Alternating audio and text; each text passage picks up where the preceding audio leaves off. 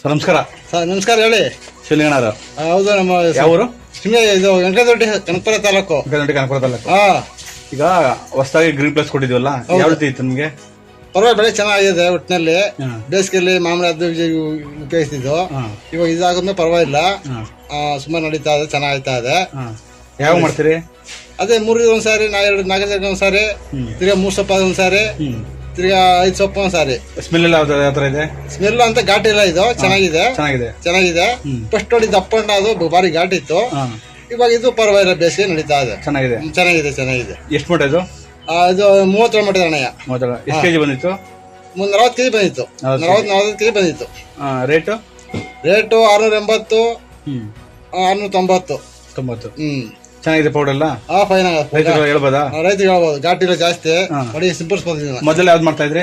ಮೊದ್ಲೇ ಅದೇ ವಿಜಾತ ಬೇಸಿಗೆಲಿ, ಮಳೆಗಾಲದಲ್ಲಿ ಅಂದ್ರೆ ಅದು ಸ್ವಲ್ಪ ಭಾರಿ ಘಾಟಿ ಇತ್ತು. ಅದು ಬೇಸಿಗೆ ಯಾವ್ದು ಮಾಡ್ತಿರ್ಲಿಲ್ಲ. ಬೇಸಿಗೆ ನಾವು ಬೇಸಿಗೆ ಅಂತ ಸುಣ್ಣ ಪಣ ಏನು ಮಾಡ್ತಿರ್ಲಿಲ್ಲ, ಮಾತ್ರ ಸುಣ್ಣ ಬಳಸ್ತೀವಿ ಅಷ್ಟೇ. ಪೌಡರ್ ಅಂತೂ ಉಪಯೋಗಿಸ್ತಿಲ್ಲ. ಅವಾಗ ಮಳೆಗಾಲ ಮಾತ್ರ ವಿಜೇತ ಮಾಡ್ತಿದ್ದ. ಈ ಟೈಮಲ್ಲಿ ಘಾಟ ಉಂಟು ಅದು ಮಾಡ್ತಿರಲ್ಲ. ಈ ಟೈಮ್ ಅದನ್ನ ಮಾಡ್ತಿರ ನಾವು. ಈಗ ಗ್ರೀನ್ ಟೊಮೆಟೊ ಮಾಡಿದ್ರ? ಈ ಸುಮಾರು ಈ ಬೆಳೆ ಮಾಡ್ತಾ ಇವೆ, ಅಂದ್ರೆ ಪರವಾಗಿಲ್ಲ, ಅಂತ ಘಾಟಿಲ್ಲ, ನಡೀತದೆ. ಸ್ಮೆಲ್ ಚೆನ್ನಾಗಿದೆ. ಸ್ಮೆಲ್ ಚೆನ್ನಾಗಿದೆ. ಸರಿ ಅಣ್ಣ, ಆಯ್ತು. ಗೂಡೆಲ್ಲ ಚೆನ್ನಾಗಿದ್ಯಾ? ಚೆನ್ನಾಗಿ ನೋಡಿ ಸರ್, ಚೆನ್ನಾಗಿ ನೋಡಿ ಇದೇ ತರ. ಸರಿ.